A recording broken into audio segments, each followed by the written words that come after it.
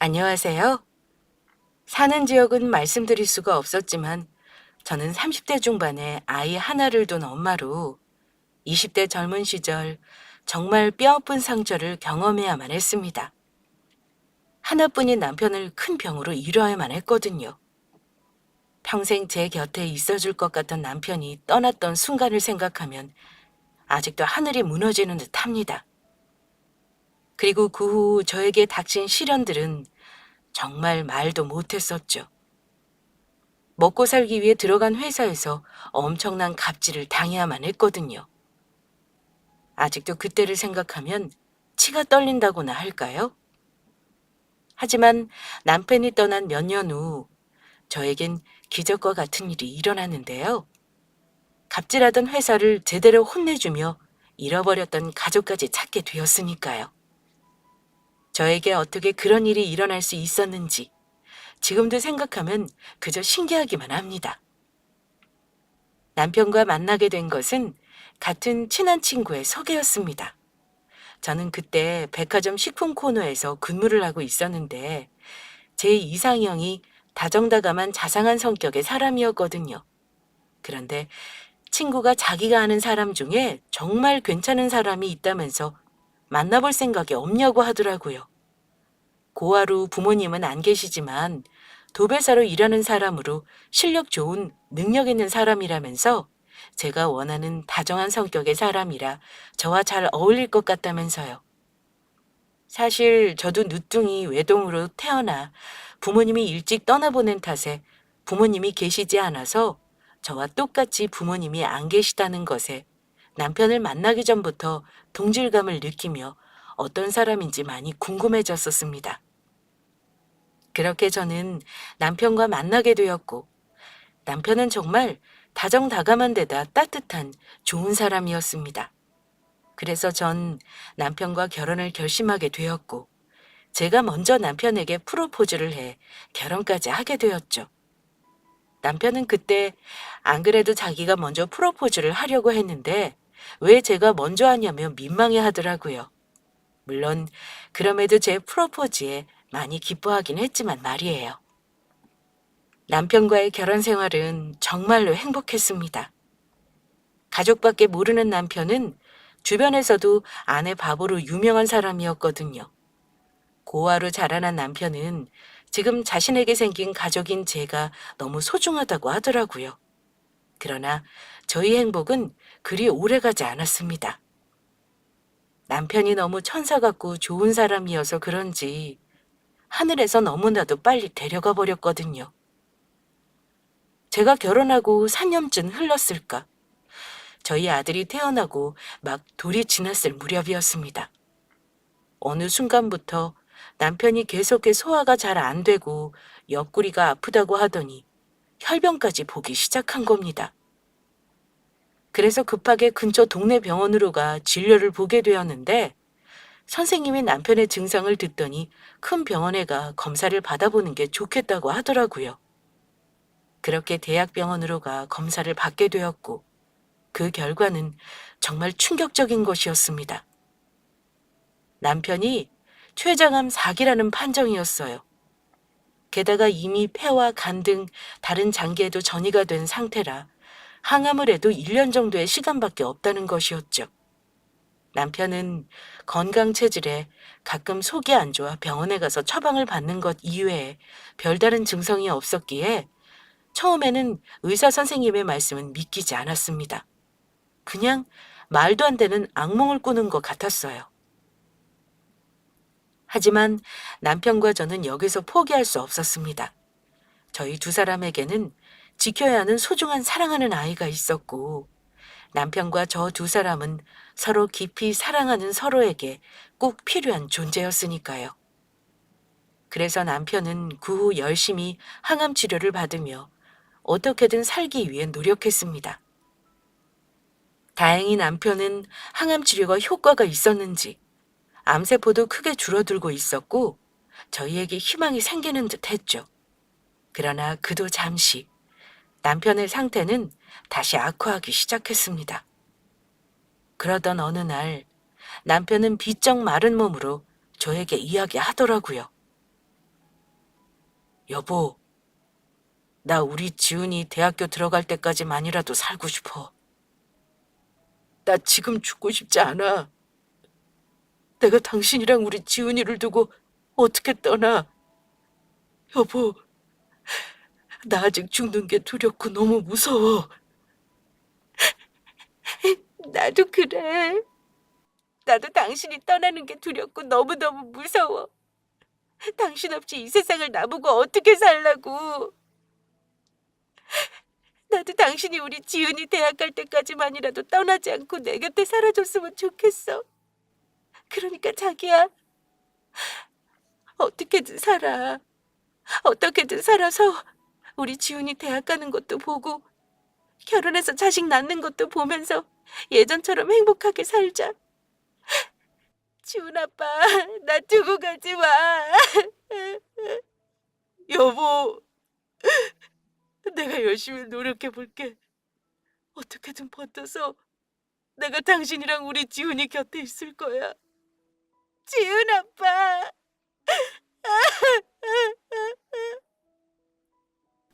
그러나 결국 저는 남편을 편히 보내주는 길을 선택할 수밖에 없었습니다. 더 이상 차도도 없었고 저의 곁에 있으려고 노력하는 남편이 항암 치료를 하며 너무 힘들고 고통스러워 했으니까요. 짧은 시간이라도 남은 시간 남편과 아이, 그리고 저, 이렇게 세 식구서 행복하게 보내자는 생각이었죠. 그래서 남편이 지내는 병원도 호스피스 병원으로 옮기게 되었어요. 그러던 어느 날인가, 그날은 날씨도 좋고 하늘도 맑은 날이었는데, 그래서 그런지 남편이 컨디션이 매우 좋아 보이는 날이었는데, 남편이 살며시 저에게 이야기하더라고요. 여보, 내가 당신이랑 지훈이만 남겨놓고 먼저 가서 미안해. 그래도 내가 하늘에서 당신이랑 우리 지훈이 지켜줄 테니까 아무 걱정하지 말고 잘 지내야 해. 내 몫까지 당신이랑 지훈이가 행복하게 열심히 살아줘. 그리고 지훈이가 사람 말을 알아들을 수 있는 나이가 되면 내가 얼마나 지훈이를 사랑했는지 꼭 이야기해줘. 아빠는 영원히 지훈이 사랑한다고. 그래, 꼭 그렇게 이야기해줄게. 우리 지훈이 꼭 누구보다 행복한 아이로 키울 테니까. 그러니까 여보, 아무 걱정하지 말고 우리 남은 시간 행복하게 잘 지내자. 그래, 그러자. 다 나은 사람처럼 컨디션이 좋아 보이던 남편은 다음날 갑자기 혼수 상태에 빠지게 되었습니다. 그리고 다시는 눈을 뜨지 않았죠. 누구보다 편안한 모습으로 저희 곁을 떠났어요. 그래도 아주 조금이긴 하지만 생각보다 저희 곁에 오래 머물러준 남편에게 고마울 따름이었습니다. 아쉬운 점이 있다면 고아였던 남편의 가족을 끝내 찾아주지 못했다는 것이었습니다. 남편이 어린 시절 가족들을 어떻게 잃어버렸는지 기억이 없었고, 남편이 아프고 나서 남편과 아이를 돌보느라 그럴 생각을 전혀 하지 못했거든요. 그런데 막상 남편이 떠나고 나니 어떻게 해서든 남편의 가족을 찾아주기 위해 조금이라도 노력을 할 거라는 후회가 남았습니다. 하지만 전 남편이 떠난 사실에 계속해 후회하며 아쉬워할 여유가 없었습니다. 당장 앞으로 저와 3살짜리 어린 아들 두 가족이 먹고 살 걱정부터 해야 했으니까요. 게다가 아무리 의료시비 보험을 들었다고 하지만 남편이 아프며 진 빚들도 많이 남아 있었으니까요. 그때는 이미 남편의 병원비에 저희 생활비로 모아두었던 돈도 다 쓰고 이미 집까지 이사해 전세에서 월세로 바꾼 상황이었거든요. 그래서 전 어린아들을 어린이집에 맡겨놓고 일을 시작하게 되었습니다. 하지만 결혼 후 아이를 낳고 남편을 간병하다 보니 오랜 시간 사회생활을 하지 않은 경력 단절이 된 상황이었고, 그래서인지 저를 뽑아주지 않더라고요. 그렇게 해서 알바를 하며 몇 개월 동안 일을 찾다 겨우 취업하게 된 곳이 직원이 15명 남짓되는 김치를 만드는 작은 김치 공장이었습니다. 다행히 같이 일하게 된 동료들도 모두 좋은 분들이었고요. 그런데 막상 회사에 붙고 나니 한 가지 이상한 의문이 들더라고요. 회사에 들어가게 돼서 알게 된 사실인데 같이 일하시는 동료들도 좋고 다른 곳보다 월급도 많이 주시는데 회사에서 일할 직원을 뽑기가 힘들었다는 이야기였습니다. 그리고 얼마 지나지 않아 그 이유를 알게 되었죠. 면접 볼 때는 몰랐었는데 사장이란 인간의 인격이 아주 개차반이었거든요. 직원들에게 갑질이란 갑질은 다 하며 괴롭히는 못된 인간이었습니다. 직원들에게 터무니없는 세탁소 심부름에 음료수 심부름, 게다가 회사를 오래 다닌 몇몇 직원들에게는 욕설까지 하며 휴일에 본인 집에 불러 청소까지 시키는 것이었습니다. 게다가 월급이 많다고 생각했던 것도 전부 저의 오해였어요. 회사에 들어가고 근로계약서에 쓰여 있을 때는 설마 했었는데 추가 수당 없이 퇴근 후에도 잔업이 많았던 것이었습니다. 그래놓고 정작 사장 본인은 늦게 출근해서 일찍 퇴근하기를 밥 먹듯이 했고요. 그러던 어느 날 제가 회사에 입사해 다닌 지 5개월쯤 지났을까 사장이 기어이 저에게도 터무니없는 일을 시켜온 것이었습니다. 선민 씨, 이따 점심시간에 밥 먹고 할 일 없지? 그래서 하는 말인데 밥 다 먹고 나면 내 차 좀 깨끗하게 세차해놔.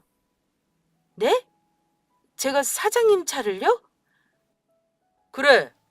그럼 차 세차를 선민 씨가 하지. 사장인 내가 해? 직원이 사장이 타고 다니는 차 깨끗하게 닦아놓는 건 당연한 거 아니야? 난 이 회사의 얼굴이라고. 반짝반짝 윤이 나게 닦아놔야 할 거야. 내 차 비싼 외제차니까 기스나지 않도록 조심하고. 세차 잘했나 내가 이따가 직접 확인할 거야. 그리고 반드시 점심시간 안에 끝내서 선미 씨 하는 일에 지장 없도록 하고. 난 일 못하는 프로답지 않은 인간들은 딱 질색이니까 내가 번 돈으로 월급 받아가면서 그 정도는 해야 되지 않겠어? 내가 월급 주는 만큼 밥값은 제대로 하라고.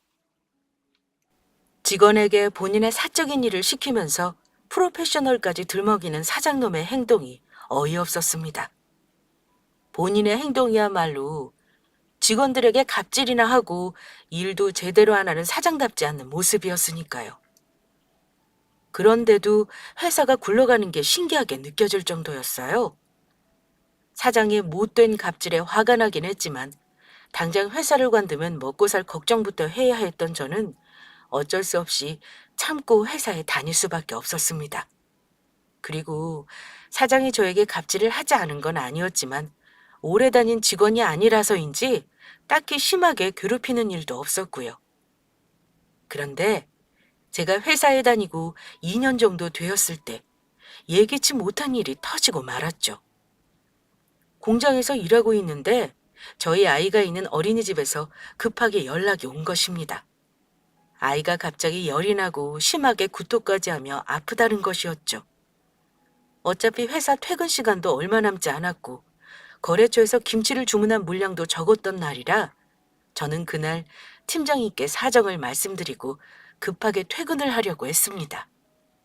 그런데 그날따라 일찍 퇴근을 하지 않고 회사에 남아있던 사장놈이 퇴근하려는 저를 붙잡는 것이었어요. 선민 씨, 지금 어디 가는 거야? 저희 아이가 아프다고 어린이집에서 갑자기 연락이 와서 반차 쓰고 가보려고요. 뭐? 우리 직원들 중에 월차나 반차 쓰는 직원들이 있었어? 그리고 아무리 아이가 아파도 그렇지 반차 쓸 거면 미리미리 사전에 말했어야 할 거 아니야? 죄송합니다. 그런데 저희 아이가 갑자기 아픈 걸 제가 예상할 수 있는 게 아니라서 미리 말씀드릴 수가 없었어요.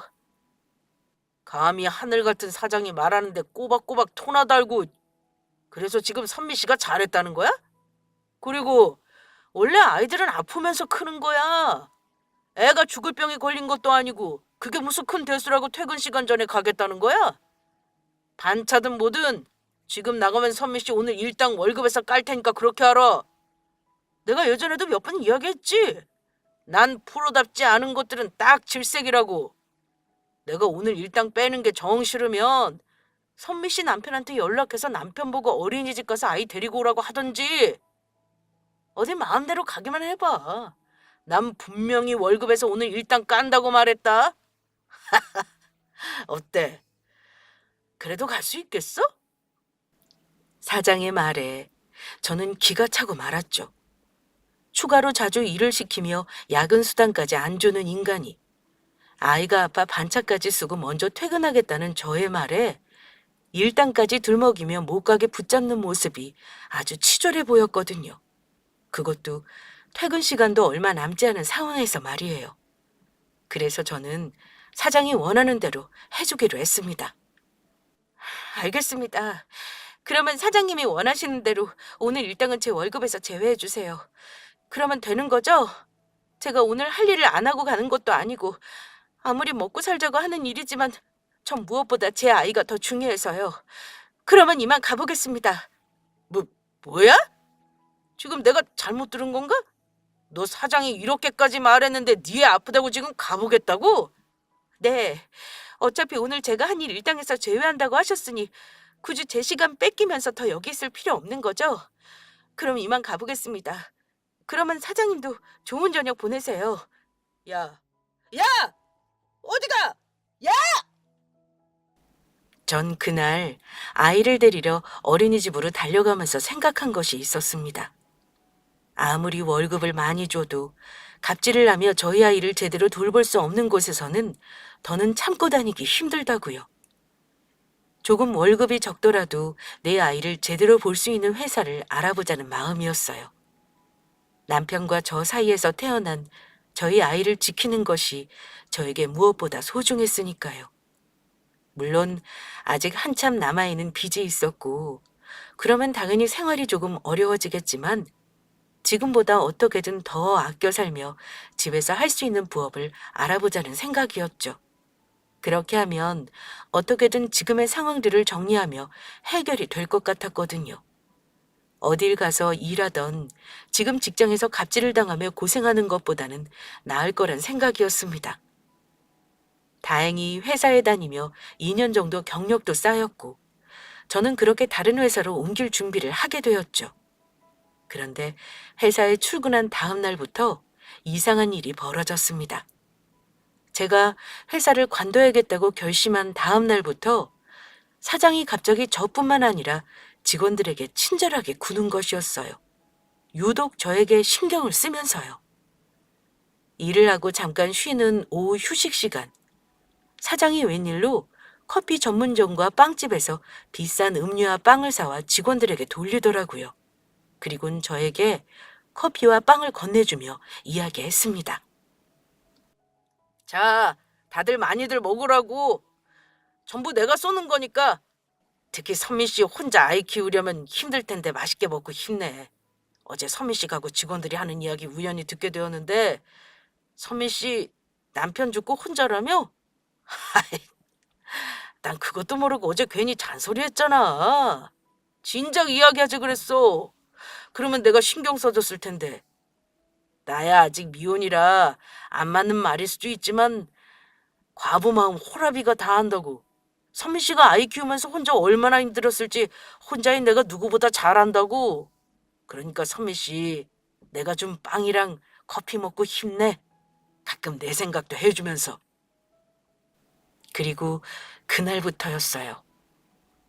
다른 의미로 사장놈이 저를 괴롭히기 시작한 건 말이에요.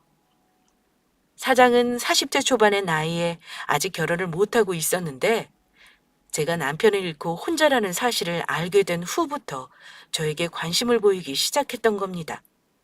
회사에서도 퇴근 후에도 계속해 저에게 문자로 연락을 해왔던 거예요. 본인의 일상 사진까지 저한테 보내면서요. 한마디로 제 의사는 묻지도 않고 지 멋대로 저에게 치근덕거렸던 것이에요. 선미 씨, 오늘 날씨가 참 좋지? 그런데 선미 씨는 사랑이 뭐라고 생각해? 난 지금까지 여자랑 제대로 사귀어 본 적이 없어서 사랑이 뭔지 잘 모르겠네. 선미 씨가 나한테 가르쳐 주면 안 되나? 선미 씨, 오늘 내가 출근하면서 찍은 사진 보내준 건데 어때? 운전하면서 내 팔뚝에 잡힌 근육들 너무 남자답고 멋있지 않아? 나 요즘 혼자라 너무 외로운데. 선미 씨도 외로우면 나한테 언제든지 연락하라고. 불러만 주면 내가 바로 달려갈 테니까. 우리 외로운 사람들끼리 잘해보자고. 선미 씨 주말엔 뭐해? 괜찮으면 나랑 데이트할까? 아이도 같이 데려와도 돼. 나처럼 자상한 남자 어때? 너무 멋있지 않아? 그러니까 이제 그만 튕기고 나한테 넘어오는 게 어때? 선미 씨도 좋으니까 내가 문자 보내는 거 받아주면서 가만히 있는 거 아니야. 내 말이 틀려? 어디서 나 같은 남자 만나기 어렵다고? 그러니까 잘 생각하는 게 좋을 거야. 내가 선미 씨 회사 사장이라는 것도 잊지 말고. 답장도 안 하는데도 계속해 저에게 문자를 보내는 사장놈의 더러운 행동에 저는 안 되겠다고 생각했죠. 원래는 회사를 알아봐 붙고 나면 관두려고 했었는데 그냥 이참에 말하고 관둬야겠다는 생각이 들더라고요. 그래서 저는 인간 같지도 않은 사장놈한테 문자로 한마디 해주었습니다. 사장님, 이러는 거 불편하니 다시는 안 하셨으면 좋겠습니다. 저는 사장님과 개인적으로 인연 맺을 생각이 전혀 없으니까요. 자꾸 이렇게 못살게 괴롭히시면 전 사장님 전화랑 문자 차단할 수밖에 없습니다. 뭐야? 지금 차단이라고 했냐?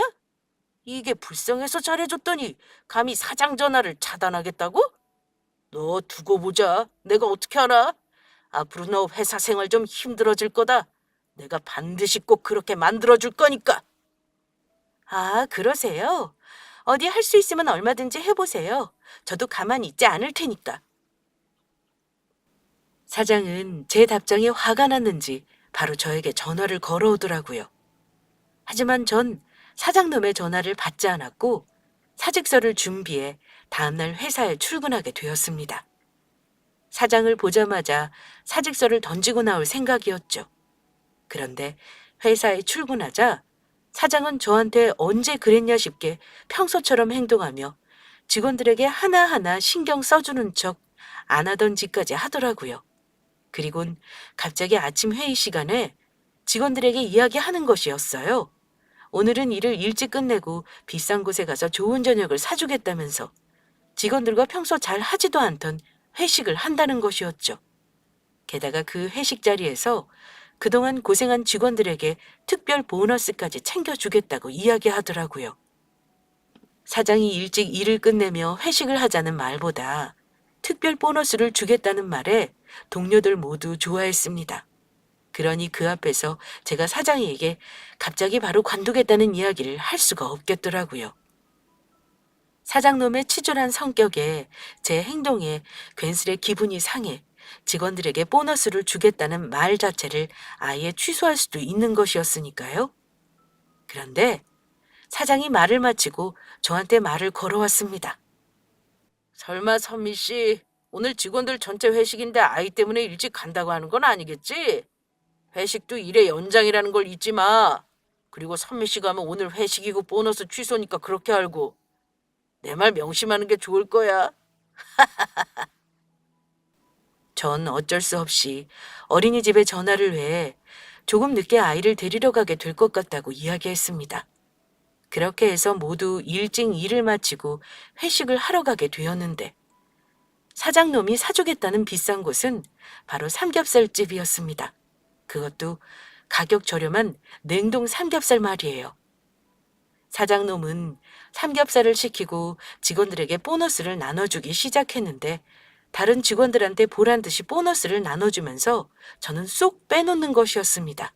누가 보아도 제가 사장놈의 마음을 거절한 일로 저에게 복수하려는 심보인 게 눈에 보였습니다. 그런데 다른 사람들에게 보너스를 주면서 저를 빼놓고 주지 않는 일에 제가 묻지 않고 가만히 있자 먼저 이야기를 꺼내더군요. 그것도 일부러 제 옆에 찰싹부터 앉아서요. 선미 씨, 내가 왜 선미 씨 보너스는 빼놨는지 알아? 내가 볼 때 선미 씨는 회사 일을 별로 열심히 하지 않은 것 같거든. 사장이 보내는 문자도 기분 나쁘다고 싶고 전화도 안 받고 말이야. 어디 직원이 그래서 되겠어? 그래서 내가 선미 씨 정신 좀 차리라고 일부러 안 줬어. 보너스 받고 싶으면 앞으로 나한테 잘하라고. 알겠어? 그렇게 말을 마친 사장놈이 기어이 선을 넘었습니다. 능글맞은 웃음을 지으며 갑자기 자신 앞에 맥주잔을 들더니 제 앞에 내미는 것이었어요. 그래서 하는 말인데 선미 씨가 내 전에 술 좀 따라봐. 왜? 술도 예쁜 여자가 따라줘야 맛있는 거잖아. 비록 선미 씨가 애엄마이긴 하지만 우리 공장에서 나이도 제일 어리고 예쁘니까 나도 한번 기분 좀 내보자. 그러자 사장님의 행동이 지나치다고 생각했는지 주변에서 말리기 시작했죠. 사장님, 아무리 그래도 그건 아닌 것 같은데 그만하시죠. 맞습니다. 요즘 세상에 여직원한테 그런 일 시키면 큰일 나요. 그래서 저는 방긋 웃으며 말했죠. 사장놈의 더러운 행동에 어차피 회사도 관두기로 결심했고 동료들도 보너스까지 받은 상황이니 하고 싶었던 말을 하며 제대로 하며 일을 저질러 버리기로 마음 먹었던 것이에요. 저는 괜찮아요. 우리 사장님이 따라달라고 하는데 당연히 따라드려야죠. 그런데 제 말을 어떤 뜻으로 받아들였는지 사장놈이 얼굴까지 붉히며 좋아하더라고요. 진짜야? 우리 선미 씨가 정말로 나 술 따라주는 거야? 진작에 이렇게 나올 것이지. 그러면 내가 선미 씨 줄 보너스도 준비해뒀을 텐데. 그러니까 앞으로 나한테 잘하라고. 그럼요. 앞으로는 사장님한테 잘해드리려고요. 그러니까 제 술 한 잔 받으세요. 저는 사장놈의 술잔이 넘치도록 맥주를 콸콸 따라주었습니다. 그리곤 맥주를 사장놈 얼굴에 부어버렸어요. 으악! 너 이게 뭐하는 짓이야? 너 진짜 나한테 해고당하고 싶어? 그러는 너야말로 이게 무슨 짓이야? 너는 회사 사람들이 네 노예처럼 보이냐? 매일 직원들한테 갑질이나 하면서 괴롭히기나 하고 정신 똑바로 차려. 요즘 세상이 어떤 세상인데 아직도 정신 못 차리고 그러고 살아. 이 거지 같은 자식아. 안 그래도 네 놈 때문에 이 그지 같은 회사 관두려고 했는데 아주 잘 됐네. 이 되먹지 못한 추잡스러운 놈아. 어디 당장 나 해고해봐. 성격이 그렇게 개차반이니 네 놈이 지금까지 결혼도 못하고 혼자인 거야. 어디 잘 먹고 잘 살아봐라. 저는 쌈장 접시를 들어 사장 얼굴에 범벅을 만들어버렸어요. 너 내가 고소해버릴 거야. 너 콩밥 먹게 만들 거라고. 알겠어? 어디 해볼 테면 해봐. 나도 니놈 지금까지 있었던 일 전부 성희롱으로 노동청이랑 경찰에 신고해버릴 테니까. 내가 그동안 나한테 보낸 문자 메시지랑 계속 전화해서 괴롭힌 것까지 전부 증거로 모아놨어. 그리고 여기 식당 위에 저기 CCTV 보이냐? 저기로 너가 나한테 어떻게 성희롱했는지 다 찍혔을 거다. 너야말로 콩밥 먹게 될 거라고. 너처럼 찌질한 놈이 하는 말 하나도 안 무서우니까 어디 마음대로 해봐. 그리고 저는 마지막으로 사장놈 얼굴에 준비해놨던 사표를 갈겨주었습니다. 그리고 이건 내 사표니까 이거나 처먹고 어디 배 터지게 잘 살아봐라. 이 재활용도 안 될 쓰레기 같은 자식아. 그날 그렇게 저는 사표를 사장놈의 얼굴에 던지고 회사를 관두게 되었죠. 그런데 막상 회사를 나오고 나니 겁이 나지 않았던 것은 아니었어요. 혹시 저를 아무 곳에서도 뽑아주지 않으면 어쩌나 걱정이 되었죠. 그런데 죽으라는 법은 없는지 다행스럽게도 제가 사는 지역의 유명한 김치 공장에서 생산지 직원을 뽑는다고 인터넷에 공고가 올라왔습니다. 제가 다니던 작은 김치 공장과는 비교가 안 될 정도의 큰 회사로 사장님이 여자분이라 그런지 여성 친화적인 기업으로 복지가 좋기로도 유명한 곳이었죠. 그때가 코로나가 막 유행할 시기였는데 그래서인지 사람들이 밖으로 나가지 않아 집에서 식사 시간이 늘며 김치의 매출이 늘어 추가로 사람을 뽑게 되었다는 것이었어요. 그래서 저는 망설이지 않고 제 경력을 살려 여자 사장님이 계신 김치 공장에 지원을 하게 되었습니다. 다행히 얼마 지나지 않아 면접을 보러 오라는 연락을 받게 되었죠. 그런데 면접 당일 전 큰 문제에 부딪히고 말았습니다. 코로나로 어린이집이 임시 휴업을 하면서 저희 아이를 봐줄 곳이 없었던 것입니다. 지인들에게 부탁을 하려고 해도 모두 일을 나가는 직장인들이니 딱히 아이를 맡아줄 사람도 없었고요.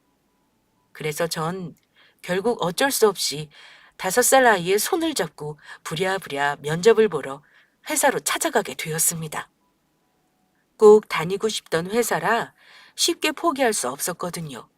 그런데 면접을 보기 위해 아이를 데려온 저를 보며 모두 쳐다보며 이상하게 생각하더라고요. 그리고 순서대로 사람들이 하나씩 면접을 보며 저 또한 면접을 보러 면접장 안으로 들어가게 되었습니다. 면접관들이 3분이 앉아 있었는데 회사 면접장에서 아이를 데려온 저를 보며 면접관 분들이 조금 당황한 듯 보였습니다. 그래서 저는 면접관 분들에게 사과부터 해야 했죠. 죄송합니다. 코로나 때문에 어린이집이 임시 휴업을 해서 아이를 데리고 올 수밖에 없었어요. 그러자 거기서 제일 높으신 분으로 보이는 여성분이 말씀을 하시더라고요. 회사에 지원하며 인터넷으로 회사 홈페이지를 확인해 봤는데 회사 사장님으로 보였습니다. 아니에요. 코로나 때문에 여기저기 피해보는 사람들이 많으니 당연히 그럴 수도 있죠. 여기 사람들 다 애 키워봤던 엄마들이니 괜찮아요. 그렇게 면접은 시작되었고 저희 아이도 눈치가 있어서인지 조용히 제 다리에 가만히 앉아 있었습니다. 하지만 제가 면접을 보는 동안 심심했는지 저희 아들이 손에 든 장난감으로 장난을 치다가 자기 목에 걸려있는 목걸이를 잡고 장난을 치기 시작했습니다. 그런데 저희 아들이 목걸이로 장난치는 모습을 보던 사장님이 놀라 가만히 지켜보더니 저에게 떨리는 목소리로 묻는 것이었어요. 저 미안한데 아이 목에 걸린 목걸이가 누구 건가요? 괜찮으면 저한테 알려줄 수 있나요? 아, 면접 중에 이런 말씀 드려도 되는 건지 모르겠지만 이 금목걸이는 저희 남편이 남긴 유품이에요. 저희 남편이 사실 고아여서 보육원에서 자랐는데 부모님이 해주셨던 건지 남편이 보육원에 오기 전부터 차고 있던 목걸이라고 해요. 그래서 저희 아들한테 아빠 잊지 말고 기억하라고 목에 걸어줬어요. 남편이 저희 아이 3살 때 췌장암으로 세상을 떠났거든요. 제 말에 사장님은 벌떡 일어나더니 저희 모자에게 가까이 다가왔습니다. 그리고 남편의 유품이라는 아이가 차고 있는 목걸이를 자세히 확인한 순간 갑자기 저희 아이를 껴안고 울기 시작했던 거예요. 아가, 나다. 내가 네 할미다. 이제야 널 이렇게 찾는구나. 우리 영진이 아들을 여기서 찾았어. 네? 사장님이 저희 아이 할머니라니 도대체 그게 무슨 말씀인가요? 이 목걸이 내가 직접 디자인까지 해서 금은방에 맞춰서 우리 아들한테 해준 거라고. 그래서 내가 잊을 수가 없어. 며느리야, 이렇게 너를 보는구나. 그러면 지금 저희 남편 어머니가 사장님이라는 말씀인 거예요? 어머니, 어머니 어쩌면 좋아요. 그이가 떠났어요. 저랑 지훈이만 두고 떠나버렸다고요. 우리 아들이 세상을 떠났다니 이걸 어쩌면 좋니. 어쩌면 좋아. 시어머니와 저는 그렇게 한참을 부둥켜 안고 울고 말았습니다. 그리고 어머니는 급하게 나머지 면접을 보시고 저와 이야기를 나누게 되었어요. 그 후 어머니와 대화를 하며 알게 된 사실인데 남편은 시어머니가 버린 게 아니고 뜻하지 않은 이유로 잃어버리게 된 것이더라고요. 저희 남편이 3살이 되었을 무렵 시아버지가 바람을 피워 시어머니는 어쩔 수 없이 이혼을 하게 되었고 시어머니가 남편을 키우기를 원했지만 시아버지가 남편의 양육권을 시어머니에게 주지 않아 어쩔 수 없이 헤어지게 되었다는 것이었어요. 그래서 남편은 시댁에 맡겨져 키워지게 되었는데 어린 남편이 시어머니가 보고 싶다며 집 밖으로 나갔다가 잃어버리게 되었다는 이야기였죠. 시아버지가 남편을 잃어버렸다는 소식에 시어머니는 제정신이 아니었고 몇 년을 미친 사람처럼 남편을 찾아다녔다고 해요. 그러나 결국 남편을 찾을 수가 없었고 시어머니는 남편을 계속해 찾고 반찬 가게를 하며 김치를 팔게 되었는데 입소문이 나면서 지금의 김치 공장까지 세워 크게 성공하게 되었다고 합니다. 시아버지는 이미 돌아가신 후고 시어머니는 지금까지 남편을 찾는 일을 포기하지 않고 있었다고 하더라고요. 그래서 이미 실종자 가족 지원센터에 당신 유전자까지 등록해 놓은 상태였다고 합니다. 저는 남편의 간병을 하며 또 아이를 돌보며 먹고 사느라 정부에서 실종자 가족 지원센터를 운영하고 있다는 사실을 알지 못했고요. 며느라가 그동안 고생 많았지? 하지만 앞으로는 걱정하지 마라. 내가 아가 너랑 우리 손주 전부 책임져 줄 테니까. 우리 영진이한테 해주지 못한 거 아가 너랑 우리 손주한테 원 없이 해주며 살 거다. 그러니 우리 앞으로 행복하게 살자. 네, 어머니 고맙습니다. 사실 저랑 지훈이 남편한테 남편 목까지 행복하게 열심히 살기로 약속했거든요. 그러니까 어머니 말씀대로 우리 행복하게 살아요. 그래, 그러자. 그런데 지훈이랑 둘이 살면서 뭐 힘든 일은 없었어? 우리 영진이 떠나고 둘이 별탈 없이 잘 살았던 거야? 시어머니의 물음에 머뭇거렸던 것도 잠시. 전 살아생전 남편과 어떻게 지냈는지 어머니께 자세히 이야기해드리며 남편이 떠나고 어떻게 살아왔는지에 말하게 되었습니다. 그래서 전 직장에서 저를 괴롭히던 사장님의 이야기까지 하게 되었고요. 그런데 어머니가 제 이야기에 깜짝 놀라시더라고요. 알고 보니 제가 다니던 전 직장인 김치 공장을 시어머니께서 인수하기로 했다는 것이었어요.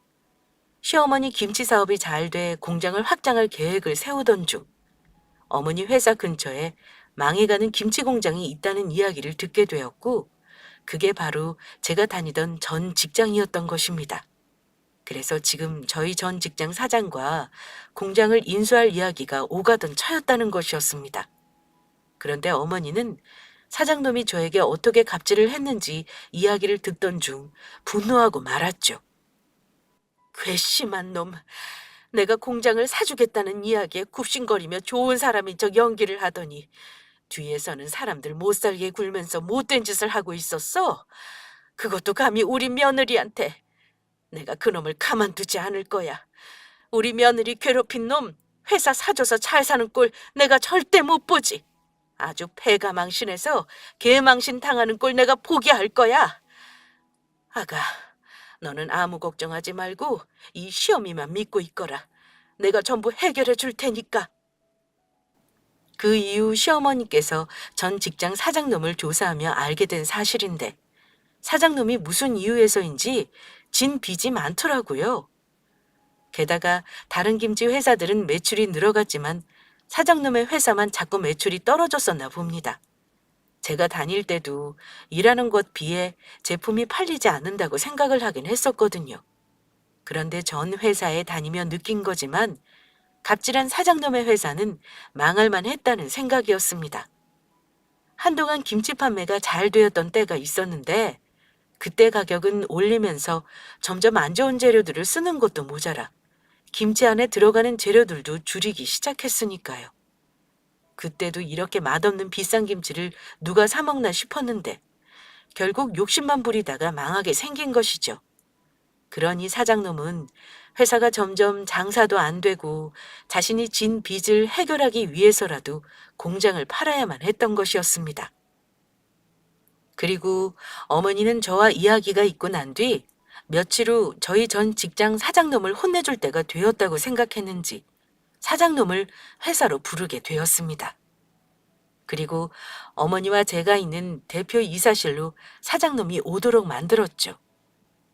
사장놈은 대표 이사실로 들어오면서 생각지도 못한 제가 있는 모습에 몹시 당황한 눈치였습니다. 그러면서 제가 이곳에서 일을 하게 되어 시어머니와 함께 있다고 생각한 건지, 혹시 제가 시어머니한테 말을 옮기며 사장님의 회사에 대해 이상한 소리를 했을까봐 걱정하는 눈치였죠. 서민 씨, 회사 간두더니 여기 회사로 온 거였어? 오랜만에 보니 반갑네. 근데 차 사장님 무슨 일로 저를 회사까지 불러보자고 하신 건가요? 뭐 그리 특별한 일은 아니고 아무래도 박 사장네 회사 인수하려고 했던 계획을 전면 취소해야 할 것 같아서 보자고 했습니다. 예? 갑자기 이제 와서 취소라뇨? 그게 무슨 말씀입니까? 알아보니 내 놈이 네 회사에서 내 새끼 못 살게 구고 괴롭힌 천하의 나쁜 놈이었더군. 그것도 모르고 내가 니놈 회사 사주면서 니놈 배만 불려줄 뻔했어. 제가 언제 최 사장님 새끼를 못 살게 굴고 괴롭혔다는 건가요? 최 사장님 자제분이 저희 회사에 다니면서 일을 하기라도 했단 말씀입니까? 그래 이놈아! 직접 보면서도 몰라? 여기 내 옆에 앉아있는 김선미가 바로 내 며느리다. 우리 아들 안사람이라고. 그런데 니놈이 우리 손주 아플 때 우리 며느리 반차 쓰고 간다고 하니 월급에서 일당까지 뺐다면서?